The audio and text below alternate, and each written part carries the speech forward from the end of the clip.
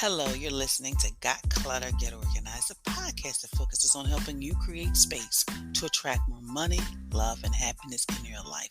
I am your host, Janet M. Taylor. I want to say hello if you're a regular listener and welcome if you're listening for the very first time. I hope you are having a great week. And if you enjoy listening to this podcast, please leave reviews so I can continue bringing you episodes each week. Well, in this episode, we're going to be talking about mental clutter. And we have a guest who is an expert in this area, Nia Ridgle, and she's a clinical therapist and holistic healer. I will also be sharing my product, app, repurpose, and book suggestion for this week. And my question for you this week is, have you ever dealt with mental clutter? And of course, I'm excited. On June 15th, 2022, I will be having a webinar, Mastering Your Time to Get Things Done. So I will be sharing details with you shortly. According to Pew Research, mental clutter is essentially something that prevents us from sleep. Sometimes that increases pressure, distress, anxiety, depression, irritation, rage, frustration. It prevents clarity of thoughts, which is why I wanted to bring on an expert. Nia Ridgle is a licensed mental health, faith-based therapist and holistic wellness coach. She is the owner of Ridgle Consulting, a mental health private practice that focuses on restorative healing and effective leadership. In addition to leading two wellness brands, Restoring the King, a wellness brand for African diaspora men, and Restoring the Queen, a women's healing space for high-valued women, which offers unique healing practices created by Nia. Nia's area of expertise primarily focuses on treating mental health symptoms such as depression, trauma, PTSD, anxiety, and transition. She believes when you make yourself the solution to your problems, you take back your power by taking full accountability to be the change you desire. Her life's mission is to support and empower others while instilling foundational principles to help break unhealthy habits and repeating cycles. She finds when you reveal you, you heal. So sit back and listen to my conversation with Nia.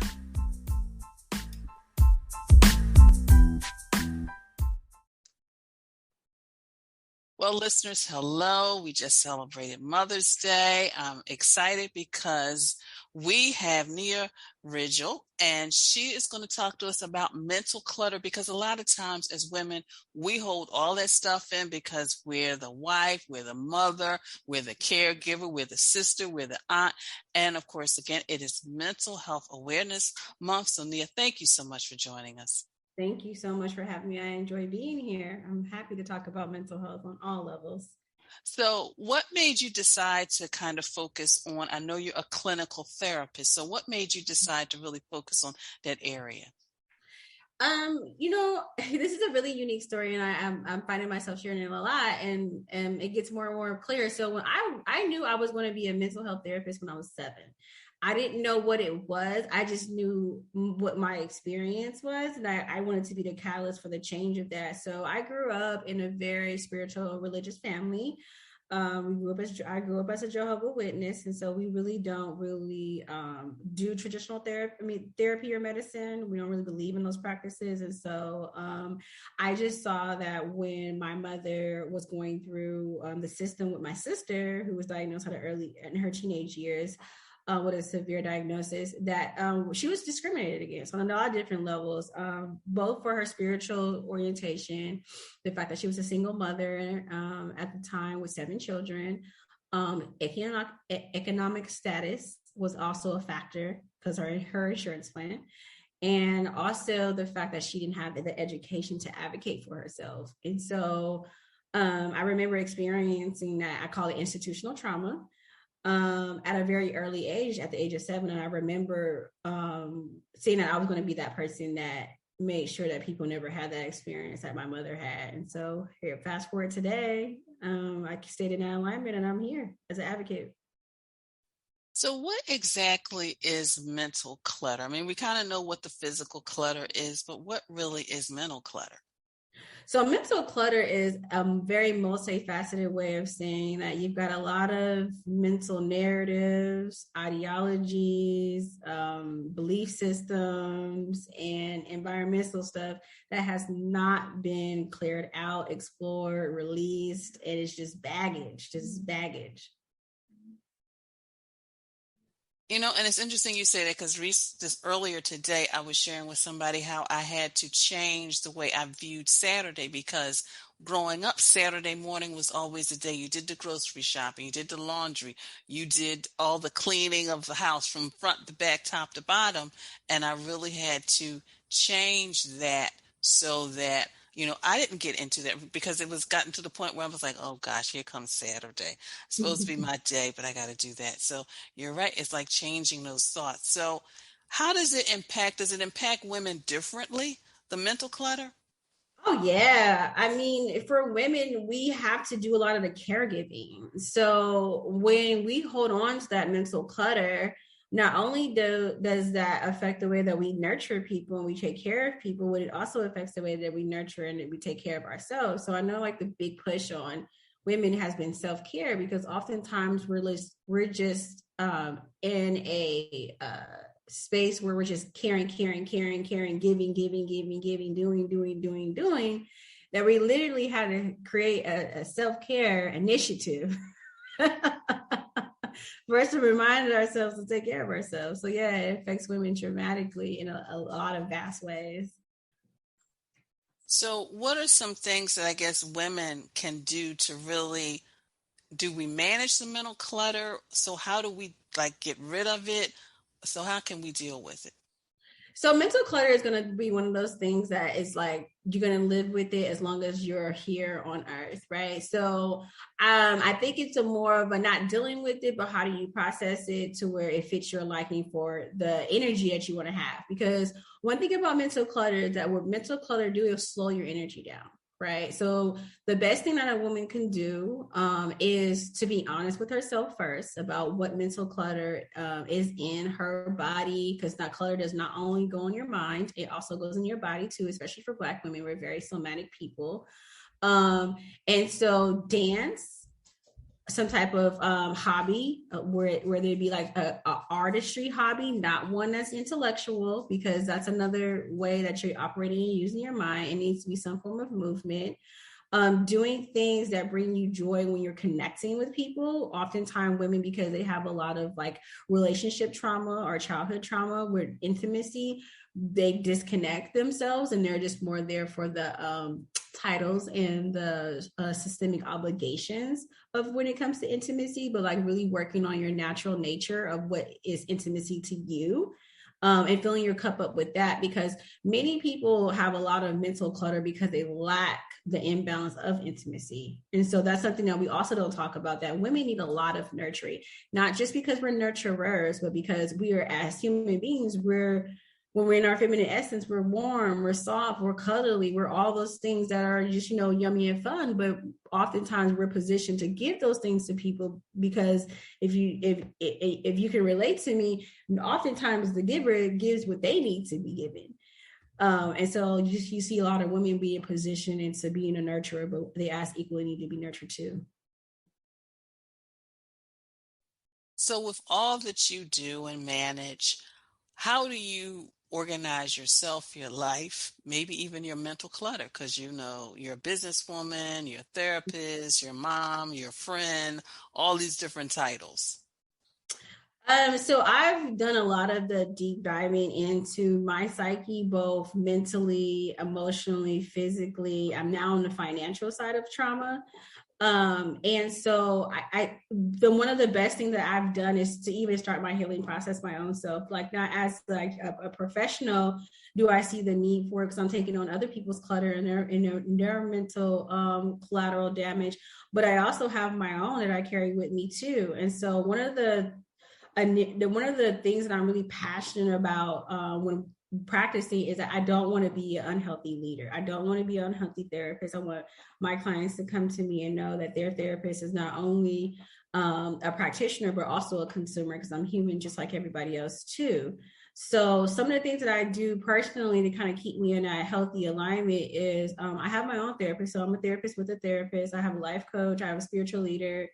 I invest heavily in my mental health. $750 a month for me, because it's almost like being an athlete, right? If you're going to be in the big leagues, if you're going to be doing those really surmountable things and taking on a lot of people's traumas, then you as equally need to be taking care of yourself. So I try to focus on my diet and exercise and just be all those things that are health wise that I can be a contributing factor to someone rather than an additional baggage, to what they're already processing. Because we do have some therapists that are unhealthy practicing, especially after COVID. I like the way you said how you have a therapist, you have a life coach, you have a mentor, and I think that's important in regards to just, like you said, really managing the mental clutter. Mm-hmm. Because a lot of people know, I've got my life coach, I've got my spiritual leader, I've got my mentors too, because again, it just kind of adds balance in life and really kind of helps you deal with all the things that you have to do, just as being sometimes just a woman. So, well, I truly appreciate our conversation and our discussion today. So, how can listeners just get in contact with you directly? Yeah, so the platform that I'm most published on with my work and just some of the methodologies that I teach is LinkedIn. I'm moving over into the Instagram space so they can get introduced to my brand on the RC Wellness brand on Instagram and on Facebook. But I'm not really heavily on there. My platform is LinkedIn because I really focus on professionals. So if you're a high performing professional in some type of leadership capacity and you're looking for mental wellness support, my platform is a really great platform to connect with. They can also visit my website at rcwellnessbrand.com and get more information about the resources and current events that I have going on right now in programming. And of course, listeners, I will have a direct link to her website as also her LinkedIn page so you can connect with her directly. Again, thank you so much for your time. Thank you. That was nice.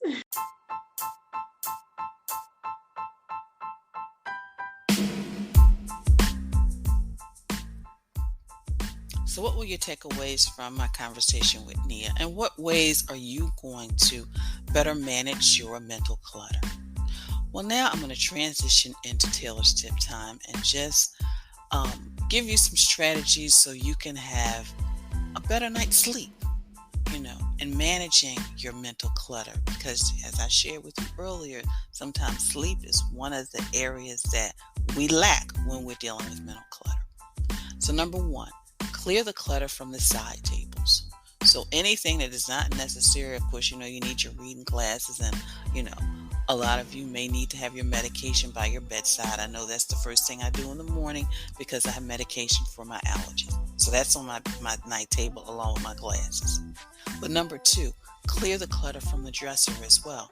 You may have a lot of things on that dresser that you've either used, like your jewelry, put it away.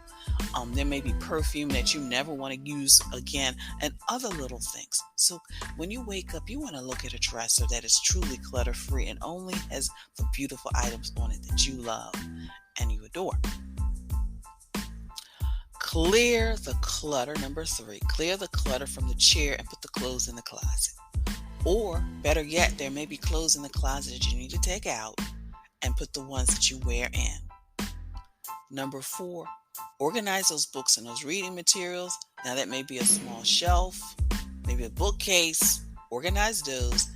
And the last one is key because it is making your bed, because that feels like you've accomplished something, number one, during the day, in your day. But also, when you come home and you see that bed made, it just does something to you.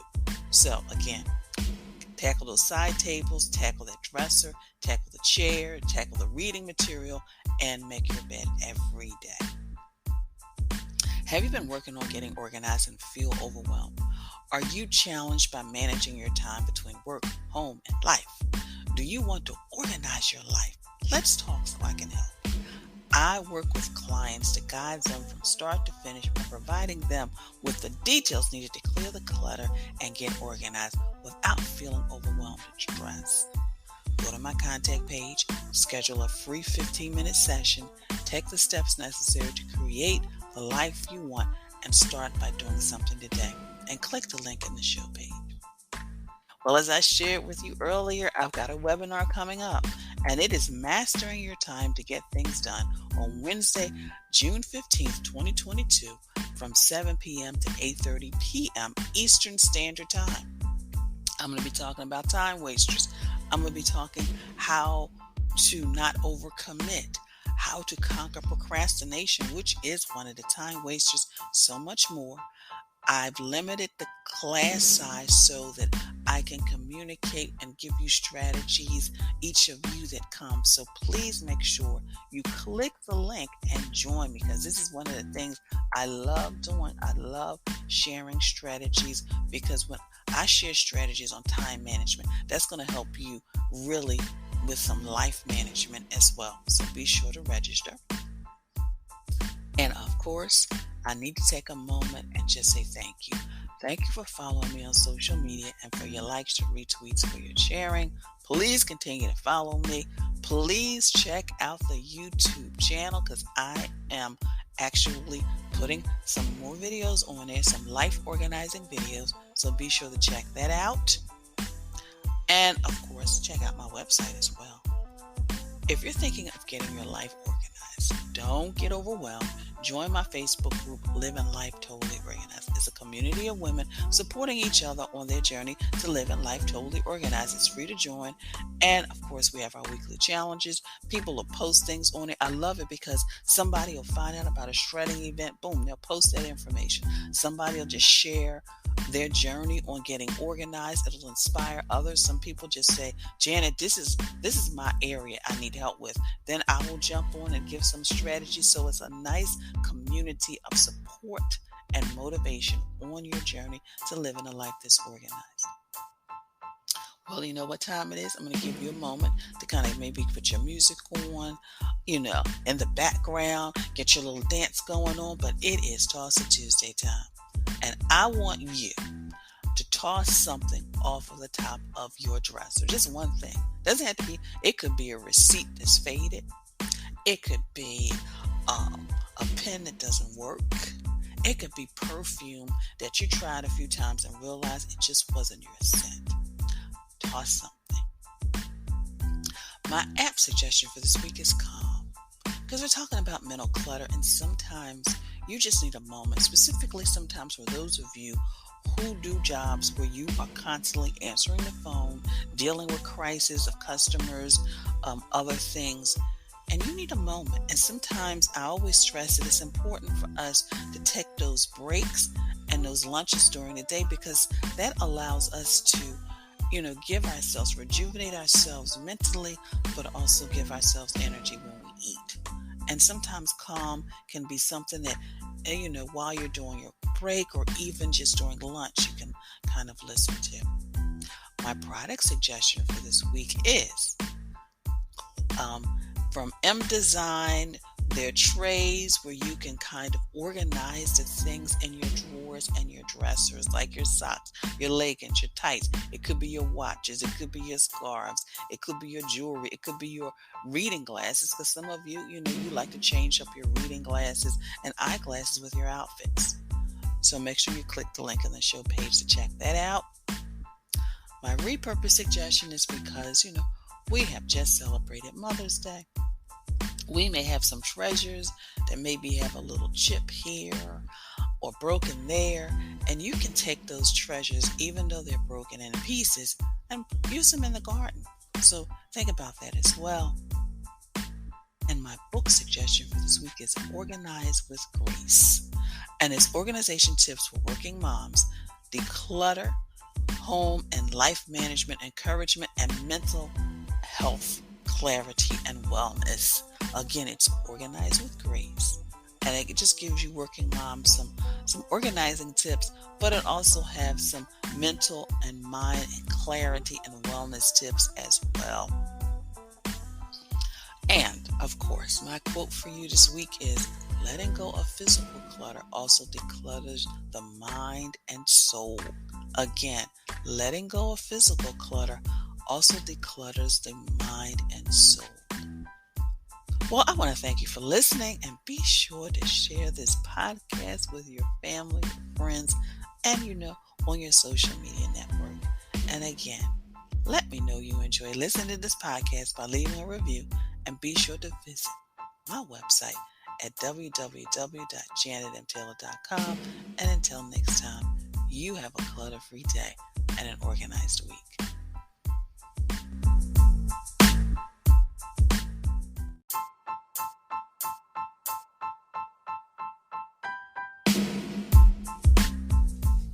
Organization is a quintessential element of a clutter-free life. Join me as we take this journey together. Along the way, we will find the necessary answers to your organizing dilemmas. My name is Janet M. Taylor, and you are listening to Got Clutter, Get Organized.